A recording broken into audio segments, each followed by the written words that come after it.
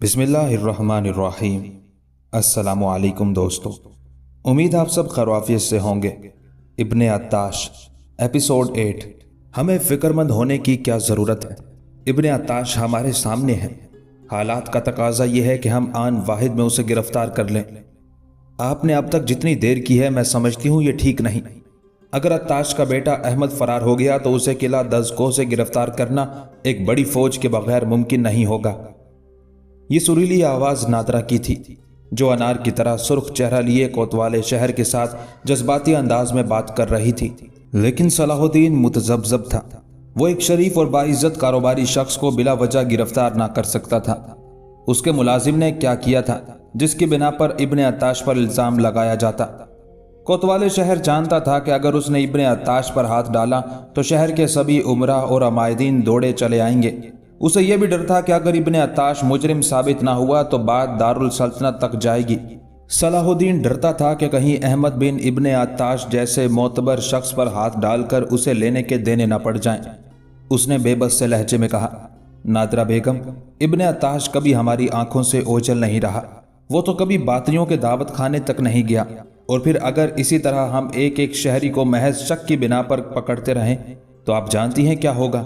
आधा शहर बातनी निकलेगा। हम किस किस को मारेंगे और किस किस से पूछेंगे कि हम जानते नहीं कि दावत खाना बातनियों का है, लेकिन आज तक हमने दावत खाना चलाने वाले बातनियों को गिरफ्तार क्यों नहीं किया? महज इसलिए कि वहाँ एक दो उम्र रसीदा बुड्ढों के अलावा हमें कुछ नहीं मिलेगा। हमारे शहर में हर कदम पर बातनी मौजूद हैं। यहाँ तक कि आपका मुझ पर और मेरा आप पर शक गैर दुरुस्त ना होगा। क्या आप पूरे यकीन से कह सकती हैं कि मेरा यानी कोतवाले शहर का बातनियों के साथ कोई ताल्लुक नहीं? इसी तरह मैं भी आप पर शक कर सकता हूँ। हमने इब्ने अत्ताश को गिरफ्तार कर लिया तो ज़्यादा से ज़्यादा क्या होगा? वो एक आम शहरी है, बातनियों का सरगना नहीं। मैं ये चाहता हूँ कि हम जो भी हाथ डालें मजबूती से डालें। लेकिन रईसा महल बाजिद थी कि इब्ने अत्ताश को अभी गिरफ्तार किया जाए। उसने एक और रुख इख्तियार किया। ठीक है, आप उसे गिरफ्तार ना करें, मेरा खसूसी मुहाफिज दस्ता उसे गिरफ्तार करेगा। आप पर कोई इल्ज़ाम ना आएगा, क्योंकि मैं आपको इजाज़त देती हूँ कि आप जिस कानून के तहत चाहें मुझ पर मुकदमा चला लें। इतना कहकर रईसा महल कोतवाले शहर के कमरे से निकली और तीर की तरह कोतवाली के दरवाजे पर खड़े अपने मुहाफिज दस्ते के पास जा पहुंची। अगले लम्हे रईसा महल का खसूसी हिफाजती दस्ता बाजार की जानिब उड़ा चला जा रहा था। रईसा महल उनके साथ ना गई थी। वो चंद सिपाहियों को लेकर सीधी अपने महल पहुंची, जहां वो इब्ने अत्ताश को अपने महल के तहखाने में कैद रखने और उससे पूछगछ करने का एहतमाम करने वाली थी। नादरा बेगम का खसूसी दस्ता इब्ने अत्ताश की दुकान पर पहुंचा तो उन्होंने वहां इब्ने अत्ताश को ना पाया। मुलाजमों ने बताया कि उनके मालिक किसी काम के लिए गए हैं, शाम तक लौट आएंगे। शाम तो हुई लेकिन इब्ने अत्ताश ना लौटा। वो अपने मखसूस खुफिया रास्तों से दावत खाने के नीचे मौजूद तहखाने में पहुंच चुका था। उसे अपना भेद खुल जाने की इतला मिल चुकी थी, चुनाचे वो जेरे जमीन चला गया था। रईसा महल को इब्ने अत्ताश के फरार की इतला मिली तो वो खून के घूंट पीकर रह गई। उसे सबसे ज्यादा गुस्सा कोतवाले शहर सलाहुद्दीन पर आ रहा था, जिसने बर वक्त इब्ने अत्ताश को गिरफ्तार न किया और अब अहमद बिन इब्ने अत्ताश फरार हो चुका था। मान रईसा महल के जहन में कोतवाले शहर सलाहुद्दीन के अल्फाज गूंजे, क्या आप यकीन के साथ कह सकती हैं कि मेरा कोई ताल्लुक बातनियों के साथ नहीं? नादरा का जहन सनसना उठा। तो क्या कोतवाले शहर भी बातनियों का आला-ए-कार है? उसने सोचा, अगर ऐसा है तो फिर सूरत हाल उसके तसव्वुर से भी कहीं ज्यादा भयानक है। अगर सचमुच कोतवाले शहर भी बातनियों का आला-ए-कार है तो हाकिम शहर पर भी शक किया जा सकता है। आन के आन में शहर का हर शहरी बातनियों का साथी दिखाई देने लगा। नादरा बेगम चकरा गई। वो किस पर एतबार करे और किस पर ना करे। उसे अबू सलीम बगदादी पर एतबार था, लेकिन वो तो कब के दारुल सल्तनत की जानिब हाकिम शहर का पैगाम लेकर जा चुके थे। नादरा बेहद बड़ा फरोख्ता थी। वो अपने कमरे के फर्श पर बेसब्री के आलम में टहलने लगी। यकयक उसे ख्याल आया कि उसके अपने मुलाजमों, गुलामों, नौकर चाकरों में भी तो बातनी मौजूद हो सकते हैं। नादरा को एकदम अपना आप भी गैर महफूज लगने लगा, लेकिन वो एक बहादुर लड़की थी। अपने अदम तहफ़्फ़ुज़ का सोचकर खौफज़दा होने की बजाय वो और ज़्यादा भड़क गई। अब ले देकर एक ही शख्स था जिस पर उसे एतमाद था, और वो था बुद्ध नौजवान लाइत अस्लामा। नादरा का जहन तेजी से काम करने लगा। उसने फौरी तौर पर लाइत अस्लामा को बुलवाने का हुक्म दिया। चंद सानिये बाद लाइतस उसके सामने था। लाइतस, मेरा शक दुरुस्त निकला। इब्ने अत्ताश फरार हो चुका है और अब तो कोतवाले शहर पर भी एतमाद नहीं किया जा सकता। हम सब बेहद गैर महफूज हैं। मैं चाहती हूं कि अब हम खुद ही कुछ करें। हमें सब काम बाला बाला ही करने होंगे। तुम आओ मेरे साथ, मिल बैठकर कुछ सोचते हैं। लाइतस को ये लड़की बहुत प्यारी लगती थी। उसके ख्याल में उसकी उम्र 22 बरस से ज्यादा ना थी, लेकिन उसका वकार किसी सल्तनत की मलिका जैसा था। वो नादरा की बात सुनता रहा, लेकिन अपने दिल में महर वफा का एक तूफान लिए उसे प्यार भरी नजरों के साथ देखता भी रहा।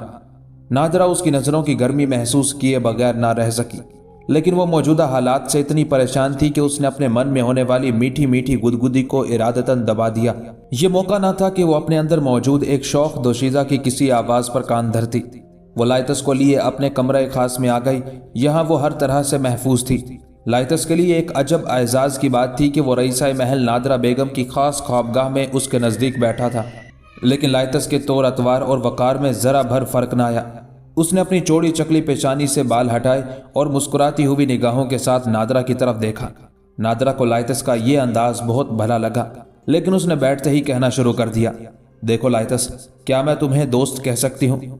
नादरा के लहजे में अजब अपनायत थी। लाइतस ने इससे कबल कभी किसी लड़की का ऐसा लहजा नहीं सुना। सच्चे खलूस की शिद्दत से उसका कलेजा कट गया। उसने बड़े वालेहाना अंदाज में जवाब दिया, ये आप क्या कह रही हैं मोहतरमा? आपने मेरी आज़ादी की कीमत अदा की है। मैं तो अब आपका हूं, दोस्त कहें या गुलाम, मेरी वफादारी में आप कमी नहीं पाएंगी। लाइतस की बात सुनकर नादरा ने यूं मुंह बनाया जैसे उसने कड़वी गोली खाई हो। उसने दुख भरे लहजे में कहा, लाइतस, तुम ऐसा क्यों समझते हो कि मैंने तुम्हें खरीदा है? तुम्हें आज़ाद करवाने की रकम देने के अलावा और कोई चारा भी तो नहीं था।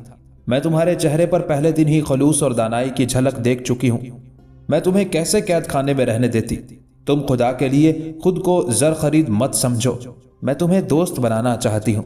सच तो यह था कि लाइतस का कदो कामत, उसके सुतवां शाने, मुदब्बिराना चाल ढाल, बड़ी बड़ी आंखें, फराख पेशानी और मूछों के तले छुपा होंठ देखकर कौन नाइंसाफ उसे जर खरीद गुलाम तस्लीम करने के लिए तैयार था। वो तो पहली नजर में ही नादरा को किसी शुमाली सल्तनत का वली अहद लगा था। लाइतस ने नादरा की बात सुनकर फीकी सी मुस्कुराहट के साथ कहा, मोहतरम रईसाए महल, मुझे अफसोस है कि मेरी बात से आपको रंज पहुंचा। मैं आपकी दोस्ती को कबूल करता हूं। नादरा बेगम भी होले से मुस्कुरा दी। यकयक नादरा बेगम ने मतलब की बात की तरफ रजू किया और लाइतस से कहा, मैं चाहती हूं कि तुम किसी तरह किला दज़को में एक बार फिर जा पहुंचो, लेकिन तुम किस तरह वहां जा सकते हो इसका मुझे कुछ अंदाजा नहीं। किला दज़को बातनियों का मरकज है। हमें वहां से नईम का सुराग भी मिल सकता है और मौजूदा वाकयात के बारे में भी कोई रास्ता समझाई दे सकता है। अभी तो हम अंधेरे में हैं। एक इब्ने अत्ताश था, वो भी यूं लगता है कि अब कभी सामने ना आएगा। लाइतस ने पूरी तवज्जो के साथ नादरा की बात सुनी और थोड़ी देर के लिए कुछ सोचने लगा। नादरा की नजरें लाइतस पर थी और वो सर को थोड़ा सा झुकाए अपनी पेशानी को कुरेदते हुए कुछ सोच रहा था। चंद सानिये बाद लाइतस ने कहा, एक तरीका है, मैं दावत खाने के जरिए किला दज़को तक पहुंच सकता हूं, लेकिन वो लोग तो अब तुम पर एतमाद नहीं करेंगे। तुम्हें मेरा और इस्फहानी मुसलमानों का जासूस समझा जाएगा।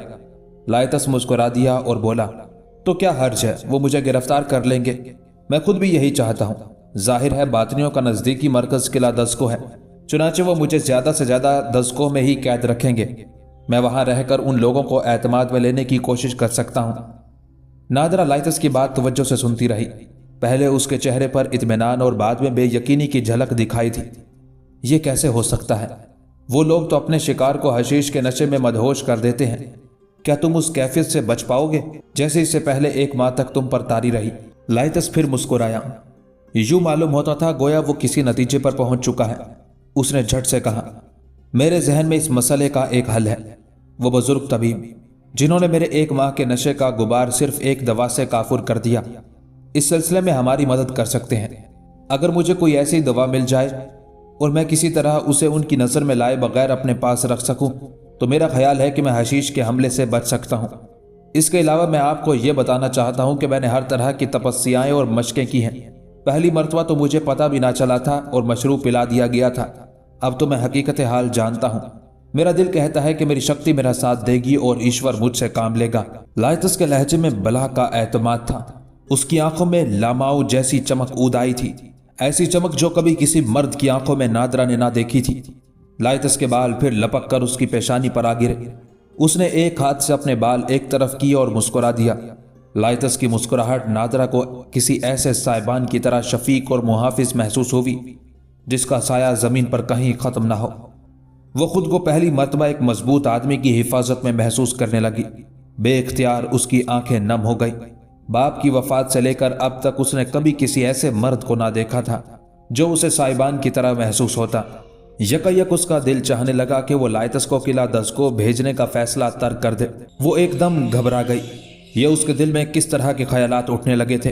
वो एक गैर मुस्लिम नौजवान से इस कदर रिश्ते क्यों बढ़ा रही थी। उसने दिल ही दिल में खुद को कोसा और चेहरे पर संजीदगी लाते हुए कहा, ठीक है, अगर ऐसी बात है तो तुम किला दस्को जाने की तैयारी करो। मैं हकीम इस्फहानी से मिलकर किसी ऐसे जोर असर तरियाक की बाबत मालूम करने की कोशिश करती हूँ। तुम दस्को में रह चुके हो, तुम खुद सोच लो तुम्हें अपनी तैयारी के लिए क्या कुछ चाहिए, सब कुछ मिल जाएगा। लाइतस की आंखों में अज़्म दिखाई देने लगा। उसने दिल में सोचा कि बुद्ध का बोसा हासिल करते ही अगले लम्हे उस पर उफ्ताद आ पड़ी जो अब तक मौजूद थी। उसने सोचा ये भी एक लामा की चुनौती हो सकती है। आज मुझे एक ऐसा काम सौंपा गया है जो मुश्किल और जानलेवा है। लाइतस का दिल मजबूत हो गया और उसने तहिया कर लिया कि वो नादरा के भाई नईम को बाजियाब करके रहेगा, चाहे इस काम में उसकी जान ही क्यों ना चली जाए। ये सपहर का वक्त था। दावत खाने के हाल में खूब चहल पहल थी। ये एक वसी हाल था जिसमें चारों तरफ जमीन से कदरे ऊंचा चबूतरा घूम गया था। चबूतरे पर उम्दा कालीन बिछे थे जो नीचे जमीन तक लटक रहे थे। हाल के बीचों बीच संगे मरमर के तराशे हुए यक नशिस्ती बेंच बिछे हुए थे। उन बेंचों पर 4-4, 5-5 अफराद की टोलियां बैठी महवे गुफ्तगू थी। चौड़ा चबूतरा भी आबाद था जिसकी चौड़ाई इतनी ज्यादा थी कि चबूतरे पर बिछे कालीन पर दायरों की सूरत बैठे लोग 10-10, 12-12 की टोलियों में थे। फिजा में भाप उड़ाते कहवे की महक थी। उस वसी और अरीज हाल के एक कोने में कदरे ऊंचा चबूतरा था जिस पर आबनूस की लकड़ी से बने मुनक्कश तकूनी संदूक रखे थे। यह गालबन दावत खाने के मुंतजमीन की नशिश थी। उन संदूकों के अकब में 2 सफेद रेश बुजुर्ग बैठे लंबी लंबी तस्बीह हाथ में लिए किसी विर्द में मसरूफ थे। उनकी निगाहें हाल में दाखिल होने वाले हर शख्स का जायजा लेने में मसरूफ थी। हाल में चारों तरफ दीवारों के साथ जरबफ्त के पर्दे लटक रहे थे। हाल के फर्श पर भी कालीन बिछा था जिस पर जूते लेकर चलने की मुमानियत ना थी, लेकिन चबूतरे पर बिछे कालीन ज्यादा नफीस और दबीज थे। हाल में मौजूद ज्यादातर लोगों ने अमामे बांध रखे थे। इक्का दुक्का अशखास के सरों पर कुल्लाहें थी। ऊंची नशिस्त पर बैठे सफेद रेश बुजुर्गों ने हाल में दाखिल होने वाले अजनबी नौजवान की जानिब देखा। ये एक दराज कद और खूबरू गैर मुल्की था। नौजवान के चेहरे पर दाढ़ी नाम को ना थी और ना ही उसके सर पर अमामा था। उसकी छोटी छोटी मूछें और बड़ी बड़ी आंखें देखकर यूं लगता था जैसे वो हिंदुस्तान का बाशिंदा हो। उसके जिस्म पर लिबास भी हिंदुस्तानियों जैसा था। तहमद की जगह उसने हिंदुस्तानी तर्ज का घेरेदार कपड़ा अपने निचले धड़ पर लपेट रखा था जिसका एक पल्लू उसकी दोनों टांगों के दरमियान किसी पर्दे की तरह लटक रहा था। उसके बदन पर किसी दरिंदे की खाल से बनी सदरी थी जिसकी चाकें तहमद के ऊपर तक फैली हुई थी। हाथ में एक लंबा सा मुनक्कश असा लिए ये दराज कद नौजवान हाल में दाखिल हुआ तो दोनों बुजुर्ग मारे हैरत के सीधे होकर बैठ गए। नौजवान की पेशानी के बीचों बीच सुर्ख रंग का तिलक देखकर तजर्बेकार बूढ़ों ने अंदाजा लगाने में देर ना की कि यह हिंदुस्तान का बाशिंदा और हिंदू है। नौजवान की रंगत भी हिंदुओं की तरह स्याही माइल थी। नौजवान दावत खाने के हाल में दाखिल हुआ तो एक मर्तबा सब लोगों की निगाहें उसके जानिब उठ गई। वो हाल में दाखिल होते ही रुक कर चारों तरफ देखने लगा। उसने एक लम्हे के लिए तवक्कुफ किया और फिर सीधा ऊंचे चबूतरे पर बैठे सफेद रेश बुजुर्गों की जानिब बढ़ा। चबूतरे के नजदीक आकर नौजवान ने हिंदुओं की तरह बुजुर्गों की खिदमत में प्रणाम किया और फिर हिंदी ज़दा लहजे में टूटी फूटी दरी जबान बोलते हुए बुजुर्गों को मुखातिब किया। अजी, मैं मुसाफिर हूँ। इस्फहान का कहवा और कालीन खरीदने की गरज से मैंने इस शहर का सफ़र किया है। हिंदुस्तानी ताजरों का काफिला रे में मुकीम है, जबकि मैं यहाँ अपने मालो असबाब की खरीदारी के लिए अकेला आ निकला हूँ। क्या यह सिराय है? मैंने बाहर दावत खाने का लफ्ज़ लिखा देखा तो मैं अंदर आ गया। सफेद रेश बुजुर्ग शख्स से भरपूर निगाहें अजनबी नौजवान पर गाड़े उसकी बात सुन रहे थे। उनमें से एक बुजुर्ग ने चुभते हुए लहजे में सवाल किया, नौजवान, तुम कैसे सौदागर हो? ना तुम्हारे साथ कोई गुलाम है, ना तुम्हारे पास कोई सवारी। तुम किसके साथ रह से इस्फहान आए हो? तुम्हें मालूम नहीं यहाँ के हालात क्या हैं? लेकिन अजनबी नौजवान मुस्कुरा दिया। आपसे किसने कह दिया कि मेरे साथ गुलाम या सवारी नहीं? میں تو اندر داخل ہوا یہ معلوم کرنے کے لیے کہ یہ دعوت خانہ سرائے بھی ہے یا محض ایک دعوت خانہ ہے۔ بہرحال میرا عملہ موجود ہے، میرے ساتھ گھوڑے بھی ہیں اور غلام بھی۔ نوجوان کی بات سن کر بوڑھے چونک گئے۔ گھوڑے بھی اور غلام بھی کہاں ہیں؟ حیرت ہے، ابھی تو تم کہہ رہے تھے کہ تم رے سے اکیلے آئے ہو۔ ہاں تو میں اکیلا ہی ہوں، میرے کہنے کا مطلب یہ تھا کہ میرے ہمراہ کوئی اور سوداگر نہیں۔ اب آپ فرمائیے کیا یہاں میرے رہنے کا بندوبست ہو سکتا ہے؟ یک دونوں بڈھوں کا مزاج بدل گیا۔ وہ یک زبان بولے، ہاں ہاں کیوں نہیں، یہ دعوت خانہ بھی ہے اور سرائے بھی، تم جتنے دن چاہو یہاں رہ سکتے ہو، اور کرایہ بھی بہت کم ہے۔ اس کے ساتھ ہی ایک بڈھے نے اپنے کسی ملازم کی جانب اشارہ کیا۔ ایک دبلا پتلا لڑکا دوڑا دوڑا چبوترے کے پاس آیا اور ادب سے کھڑا ہو گیا۔ ایک بڈھے نے کہا، باہر جاؤ اور معزز مہمان کے غلاموں اور سامان کو اندر لے کر آؤ، یہ ہندوستان کے سوداگر ہیں، انہیں اچھے سے اچھا کمرہ ملنا چاہیے۔ لڑکا بھاگا بھاگا باہر چلا گیا۔ اسی اثنا میں حال میں بیٹھے اشخاص میں سے ایک چوڑا چکلا اور بھاری بھرکم شخص اپنی جگہ اٹھا اور سیدھا اجنبی نوجوان کے پاس آیا۔ اب حال میں موجود ہر شخص کی نگاہیں اسی طرف اٹھی ہوئی تھی۔ بھاری بھرکم شخص نوجوان کے پاس آیا اور بغیر سلام دعا کیے اس کے شانے پر ہاتھ رکھ دیا۔ اگلے لمحے اس بھاری بھرکم شخص نے اجنبی نوجوان کو شانے سے گھما کر اپنے سامنے کر لیا۔ بھاری بھرکم شخص کی آنکھیں بڑی عجیب تھی، یوں لگتا تھا جیسے اس کی آنکھوں میں خون اترا ہوا ہو۔ بھاری بھرکم شخص نے اپنی خون آلود چمکتی ہوئی پراسرار آنکھیں اجنبی نوجوان کی آنکھوں میں ڈال دی۔ جو ہی اجنبی نوجوان کی آنکھوں میں اس شخص کی شعلے اگلتی بھیانک آنکھیں پیوست ہوئی تو نوجوان کو یوں لگا جیسے اس کے دماغ کے کسی حصے میں زلزلہ واقع ہو گیا ہو۔ نوجوان نے خود کو سنبھالا اور اپنی آنکھیں بھاری بھرکم نوجوان کی نظروں سے الگ نہ کی۔ دونوں فریق لہیم شہیم تھے اور اب آمنے سامنے کھڑے ایک دوسرے کی نظر کا وزن ماپ رہے تھے، جیسے ایک دوسرے کو سحر میں لے لینا چاہتے ہوں۔ کافی وقت اسی طرح گزر گیا، یہاں تک کہ اجنبی نوجوان کے غلام، جن کی تعداد 3 تھی، دبلے پتلے لڑکے کی زیر قیادت حال میں داخل ہوئے۔ حال میں بیٹھے افراد کی نگاہیں دروازے کی طرف اٹھ گئی۔ اجنبی سوداگر کے تینوں غلام بھی شکل و صورت سے ہندوستانی دکھائی دیتے تھے، ان کے رنگ بھی سانولے تھے، آنکھوں میں آنکھیں پیوست کیے دونوں فریق ابھی تک ایک دوسرے کے سامنے تھے۔ بھاری بھرکم شخص کی نظروں سے نکلتی ہوئی لہریں اجنبی سوداگر کو اپنے دماغ میں پڑتی ہوئی محسوس ہو رہی تھی، لیکن اس نے خود کو مضبوط رکھا اور اپنی ساری شکتیوں کو جمع کر کے لہیم شہیم شخص کی سحر انگیز نگاہوں کا مقابلہ کرتا رہا۔ ہر کوئی خاموش تھا، مہن اجنبی سوداگر کے دل میں نہ جانے کیا خیال گزرا کہ اس نے ایک عجیب قدم اٹھایا۔ اس نے گمسم کھڑے کھڑے یک لخت اپنے دائیں بازو کو فضا میں بلند کیا اور اسے پوری قوت کے ساتھ گھما دیا۔ اگلے لمحے چٹاخ کی زوردار آواز حال میں گونجی اور حال میں موجود ہر شخص پتھر کی طرح جامد و ساکت ہو کر رہ گیا، یہاں تک کہ سفید ریش بڈھوں کی آنکھیں بھی ابل پڑی اور مارے حیرت کے ان کی زبانیں تھوڑی تک لٹک گئیں۔ یہ کیا؟ نوجوان نے تو توقع کے بالکل برعکس رد عمل ظاہر کیا۔ اسی لمحے فضا میں ہندوستانی سوداگر کی آواز گونجی، مہمانوں کے ساتھ بدتمیزی کرنے والے کو سوداگر رام داس یہی سزا دے سکتا ہے۔ ساتھ ہی اجنبی سوداگر، جس نے ابھی اپنا نام رام داس بتایا تھا، چبوترے کی طرف گھوما اور قدرے گسیلے لہجے میں بڈھوں سے مخاطب ہوا، بزرگوں، یہ شخص کون ہے جس نے رام داس کے ساتھ بدتمیزی کرنے کی جرت کی ہے؟ رام قسم، اگر ہندوستان ہوتا تو میں ابھی اور اسی وقت اس گستاخ کی گردن اڑا دیتا۔ لیکن دونوں بڈھے اس کی بات نہ سن رہے تھے، ان کی توجہ تو اسی توانا اور بھاری بھرکم شخص پر مرکوز تھی جس کی آنکھوں میں اب پہلے سے کئی گنا زیادہ خون اتر آیا تھا۔ حال میں موجود جو لوگ اس بھاری بھرکم شخص کو جانتے تھے، ان کی سانسیں سینوں میں اٹک گئیں۔ وہ جانتے تھے کہ بدنصیب ہندوستانی سوداگر نے شیخ الجبل کے ایک خطرناک فدائی پر ہاتھ اٹھایا ہے۔ انہیں فدائی کے تھپڑ کھانے کا منظر دیکھ کر بھی اپنی آنکھوں پر یقین نہ رہا تھا۔ چبوترے پر بیٹھے بڈھے بھی اسی وجہ سے تھر تھر کانپ رہے تھے۔ انہوں نے سوداگر کی بات کا کوئی جواب نہ دیا، وہ ابھی تک شیخ الجبل کے خوفناک فدائی کو ہی گھور رہے تھے، لیکن انہیں یہ دیکھ کر بے حد حیرت ہوئی کہ بھاری بھرکم اور خونخوار فدائی ابھی تک خاموش تھا۔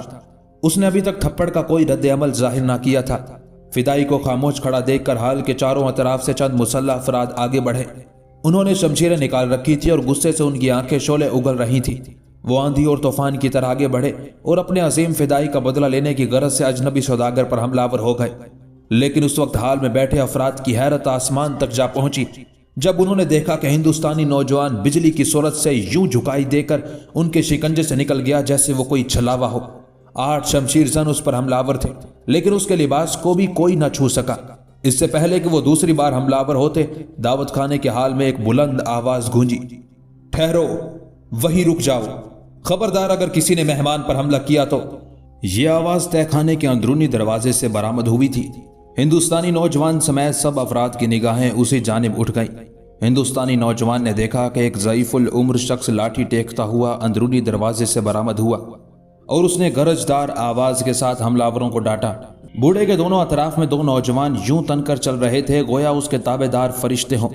हिंदुस्तानी नौजवान ने हैरत से ज़ईफुल उम्र शख्स की जानिब देखा। आने वाला बूढ़ा उसे शनासा मालूम हुआ। बूढ़े की डपट सुनते ही हमलावरों ने कान दबाए और एक तरफ हटकर खड़े हो गए। यह हमलावर नो आमूज बातनी नौजवान थे जिन्होंने एक फिदाई का बदला लेने की खातिर बगैर किसी से पूछे हिंदुस्तानी मेहमान पर हमला कर दिया था। बूढ़ा लाठी टेकता चबूतरे के नज़दीक आया और हिंदुस्तानी नौजवान के सामने आकर ठहरते हुए बोला, मोअज़्ज़िज़ मेहमान, हम आपसे शर्मिंदा हैं। आप इन लड़कों की खता माफ़ कर दें। हम आपको दावत खाने में खुश आमदीद कहते हैं। आप चाहें तो यहाँ क़याम कर सकते हैं। और हाँ, इस शख्स ने तुम्हारी शान में कोई गुस्ताखी नहीं की थी। ये यहाँ की हुकूमत का कारिंदा है और हर अजनबी शख्स की पहचान करना इसकी जिम्मेदारी है। आपको इसकी हरकत पर बुरा ना मनाना चाहिए था। हिंदुस्तानी नौजवान पूरी तवज्जो से बूढ़े की बात सुनता रहा। वो कुछ देर संजीदा चेहरा लिए उस बुढ़े की जानिब देखता रहा। उसे ये बूढ़ा चेहरा देखा भाला लगता था। वो अपने जहन पर जोर देने लगा और फिर उसने अपने तने हुए असाब ढीले छोड़ दिए। बूढ़े के आने से बिगड़ी हुई सूरत हाल काबू में आ गई और थोड़ी देर बाद सब कुछ मामूल के मुताबिक हो गया। लाइतस बड़ी कामयाबी के साथ दावत खाने की सराय में मुंतकिल हो चुका था।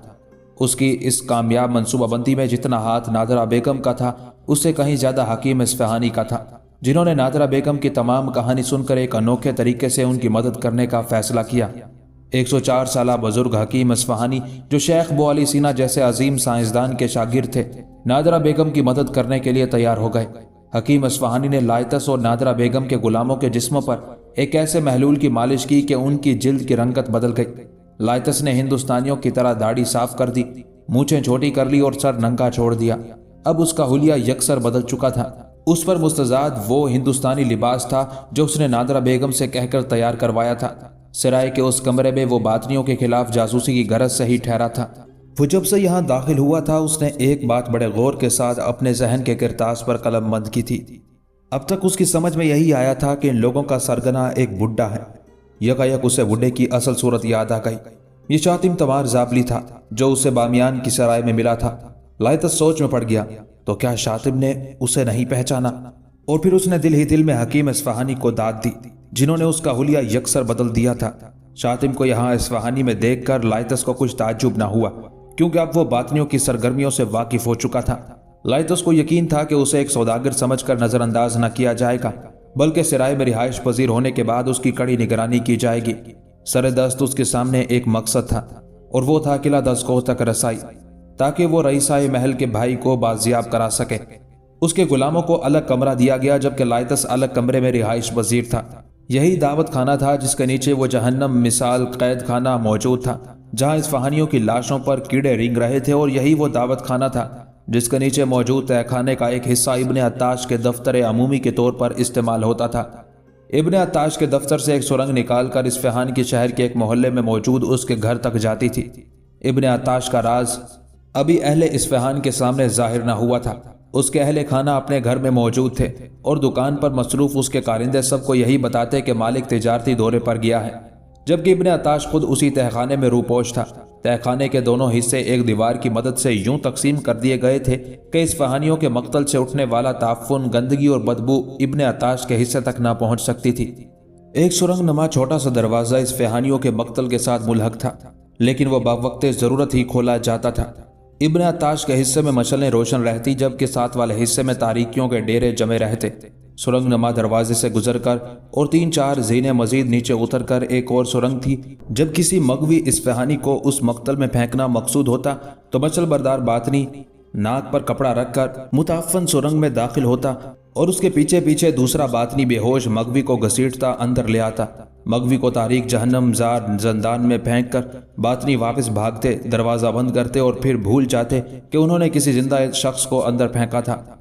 उस खूनी जंदान में ना पानी का एक कतरा था और ना ही खाने को कोई चीज़। कैदी लाशों के ढेर पर पड़ा पड़ा खौफ, दहशत, भूख और प्यास से सिसक सिसक कर मर जाता। किसी बातनी में वो ताफुन और बदबू बर्दाश्त करने की हिम्मत ना थी, लेकिन एक शख्स था جو ہر روز تن تنہا اس خونی دلدل میں داخل ہوتا اور بدبو کی پرواہ کیے بغیر تمام تڑپتے سسکتے قیدیوں کی حالت ملاحظہ کرتا۔ کبھی کبھار اس شخص کی ذہنی روح بہک جاتی اور یہ اپنے ہمراہ جلادوں کو لے کر اس خونی زندان میں اترتا اور زندہ بچے ہوئے اصفہانی قیدیوں کو دردناک اذیتیں دے کر تسکین حاصل کرتا۔ جب جلاد کسی مظلوم شہری کی ہتھیلیوں میں میخیں گاڑ کر اسے دیوار سے لٹکا دیتے اور اس کے سینے سے دلدوز چینخیں باہر آنے لگتی تو اس شخص کے ہونٹوں پر ایک مکروہ مسکراہٹ یوں پھیل جاتی گویا اسے اس کا من پسند کھیل میسر آ گیا ہو۔ یہ شقی القلب شخص کوئی اور نہیں، خود ابن عطاش تھا۔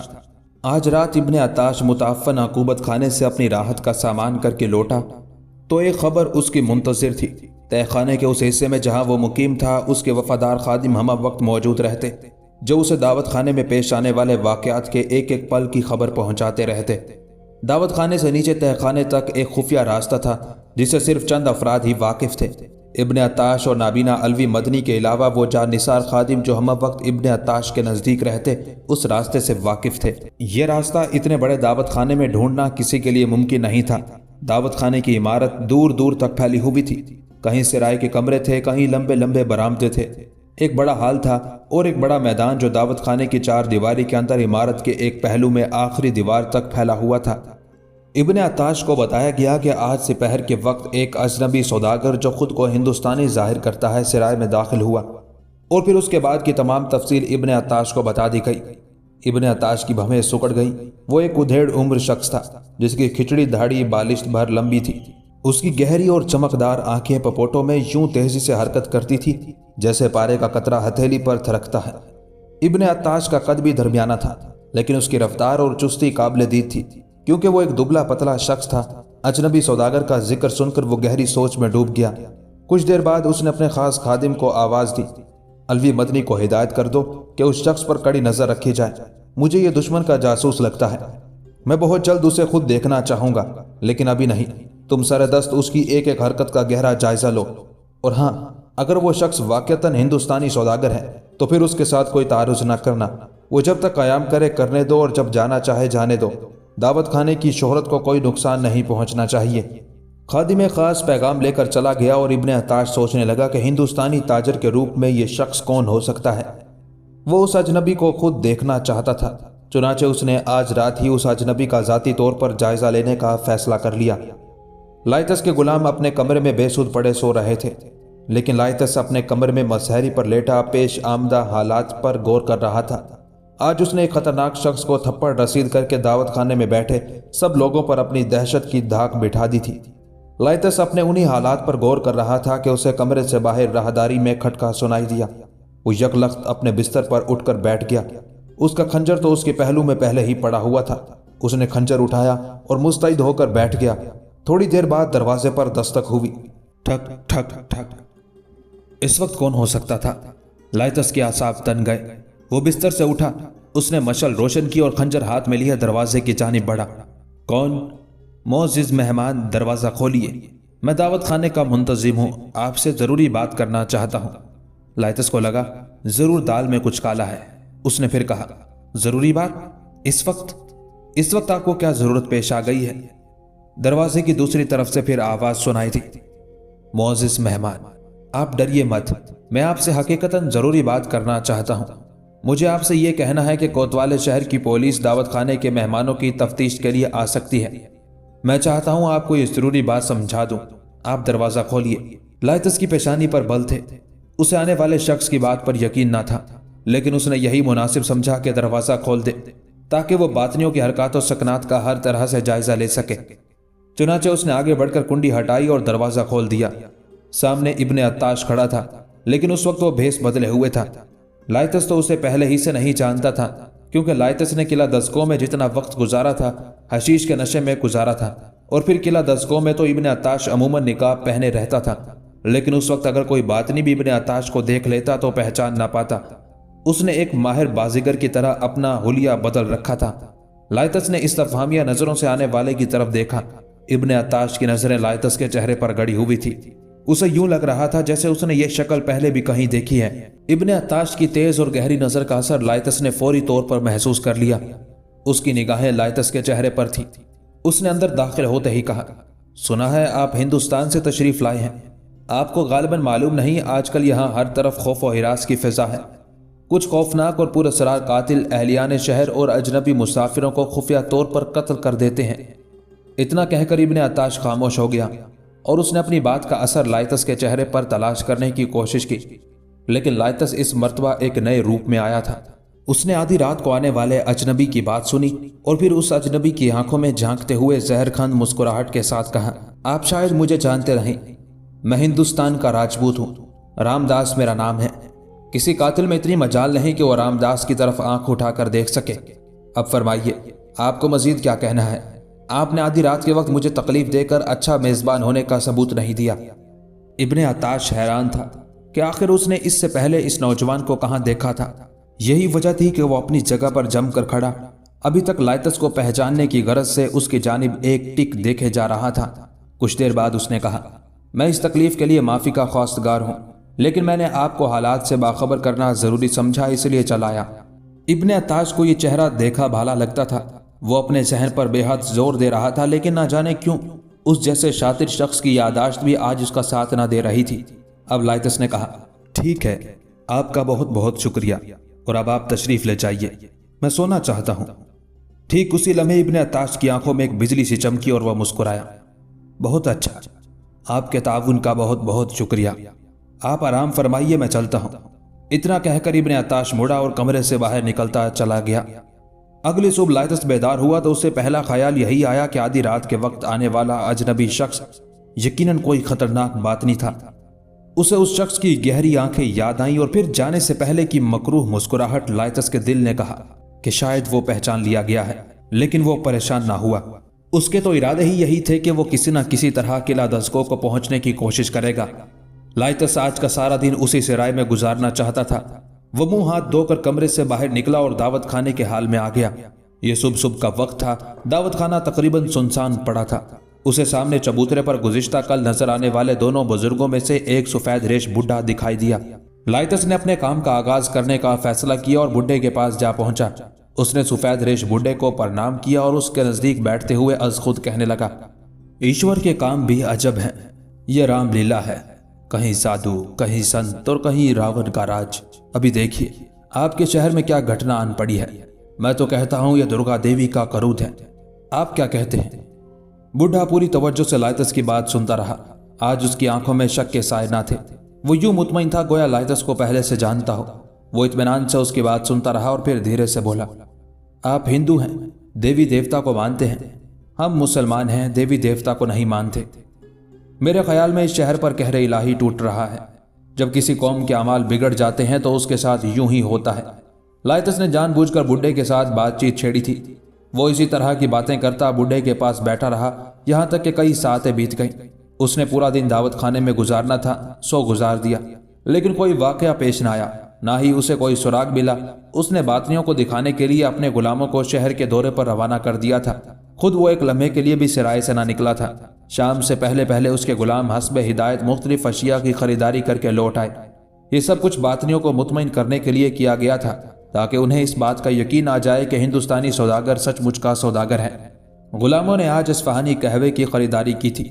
غروب آفتاب کے بعد لائتس اپنے غلاموں کے درمیان بیٹھا ان کے دن بھر کی کارگزاری سننے کی اداکاری کر رہا تھا۔ یہ لوگ سرائے کے حال میں بیٹھے تھے۔